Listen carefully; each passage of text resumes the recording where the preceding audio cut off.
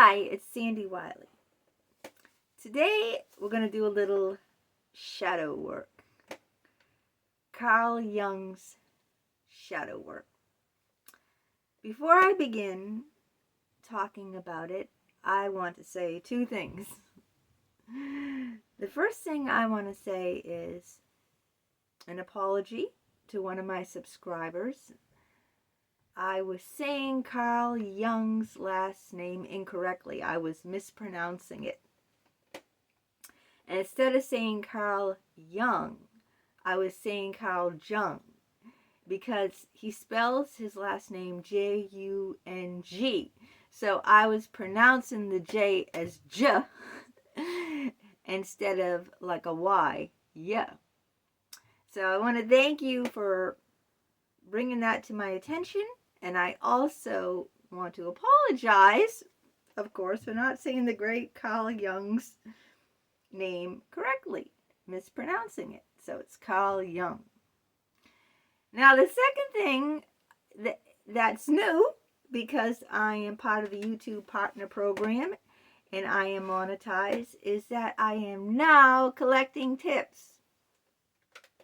Like all those other workers, waiters, waitresses, hairdressers, any service person that makes their living like that, that gets tips. And you can tip me. You see the heart? There's a heart underneath the video with a $sign inside of the heart. And if you click that, then you can tip me. This is my full-time job along with my writing. I spent 8-hour days every morning from 4 o'clock to like 12:30 and later writing and putting these videos together, editing them and loading them up and then marketing them along with the books that I write. So this is more than a hobby. So I would appreciate if you like a particular video, you don't have to tip me much, to use that symbol, the heart with the $sign, to tip me. And if you like a video too, give it a thumbs up. That's only one little click. Okay, let's do some shadow work. Now everyone has a shadow, right? Me and my shadow. You know the song? The less of it that is embodied in their conscious life, the darker it is. So the less someone is aware of their shadow, then it becomes sinister. When you think of dark, right? The dark side, the sinister. If an inferiority is conscious, you can correct it. You can correct anything that you're aware of, right? That you're conscious of. But if you're not aware of something, how can you fix it, right? That goes with anything. How can you fix something if you're not aware of it? If it becomes repressed, held down, right? Not in your conscious mind, it never gets corrected, because you're not aware of it. And then if it doesn't get corrected, it can burst forth at any moment. Carl Jung talks about two shadows. The first shadow is a personal shadow. That is the unknown dark side of a person's personality. Number 2 is the collective shadow. That is the unknown dark side of society. And there's always a very dark side of society. Do you know that, like that soap opera, that old soap opera with Jonathan Frid, Dark Shadows? Now, the personal shadow is a thing that a person has no wish to be. A person's unknown attributes, which are, negative, of course. They don't want them there. They don't want them to be there. They're unpleasant. There are these unpleasant qualities that people want to hide from. People don't want to admit to. Like for instance, I might not want to admit that I'm prejudiced to a certain race. I might be prejudiced because I've had bad experiences with that race. Say that people beating up my son or abused my son were of a certain class of people. I don't, because I'm monetized, I have to be very careful. But say I've had bad experiences with that. That might make me prejudiced against a certain class of people. And I might not like that side of myself.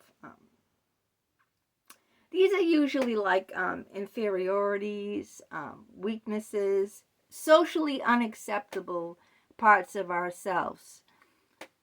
Maybe even evil parts of ourselves. Like,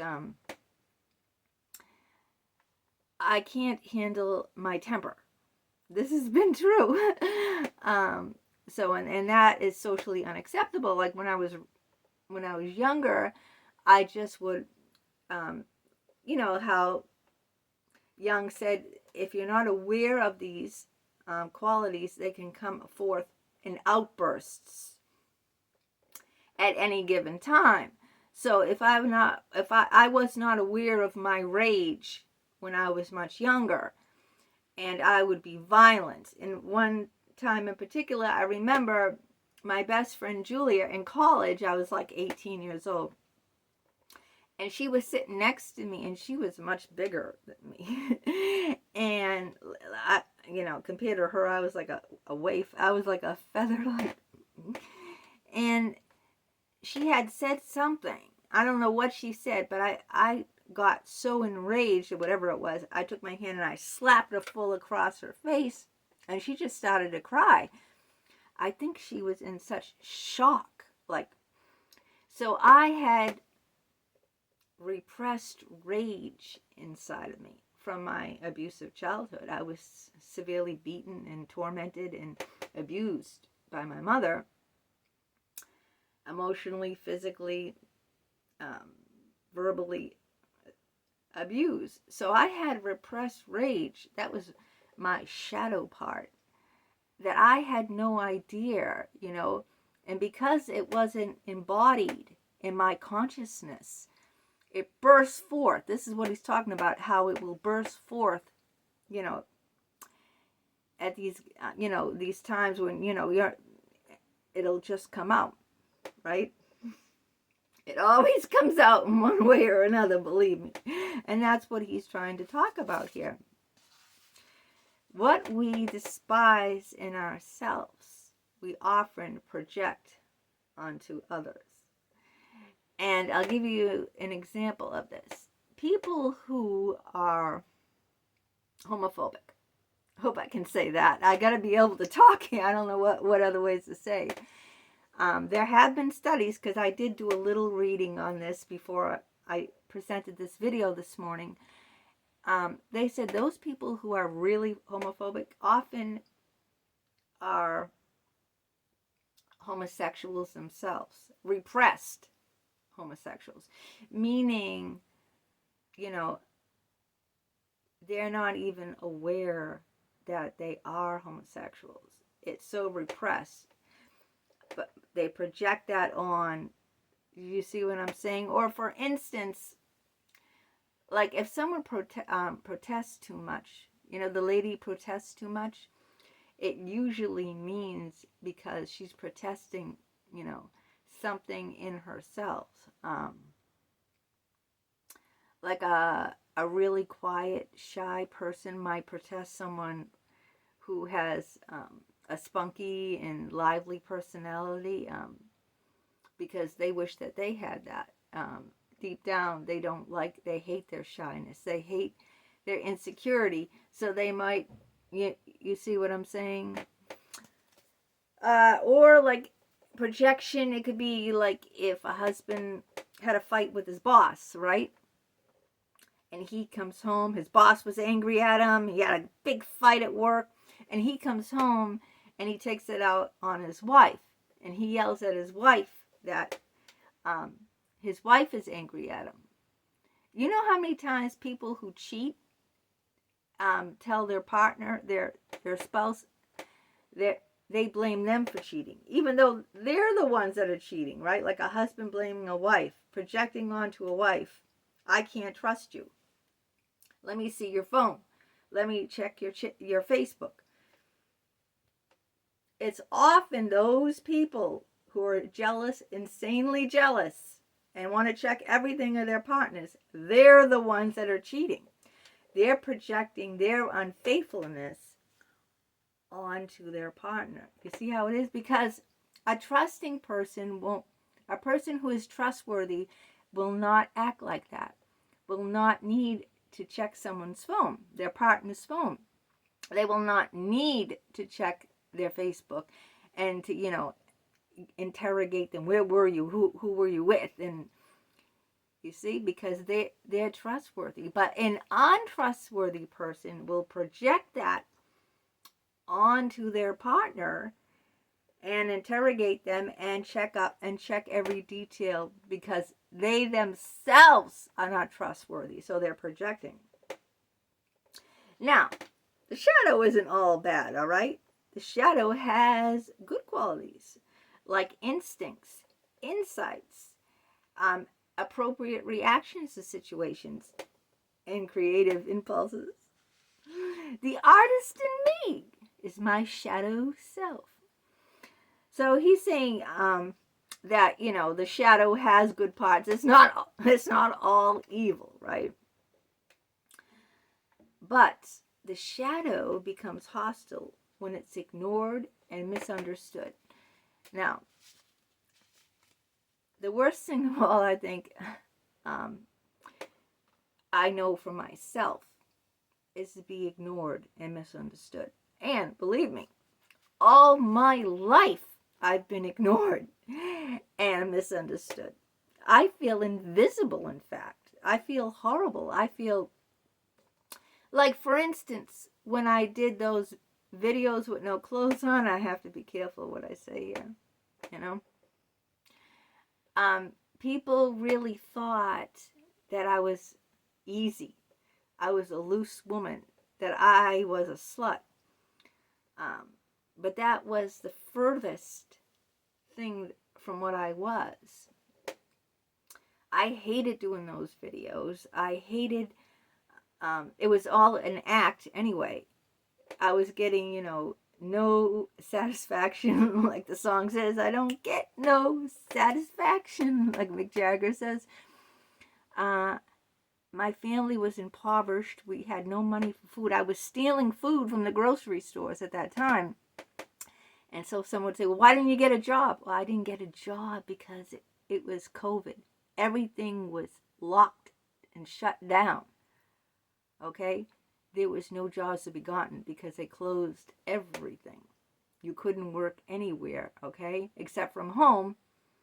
And I did work from home doing that because someone told me that they would pay me big money if I did it.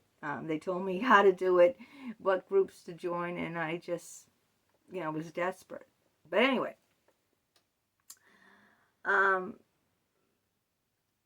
so here's another thing.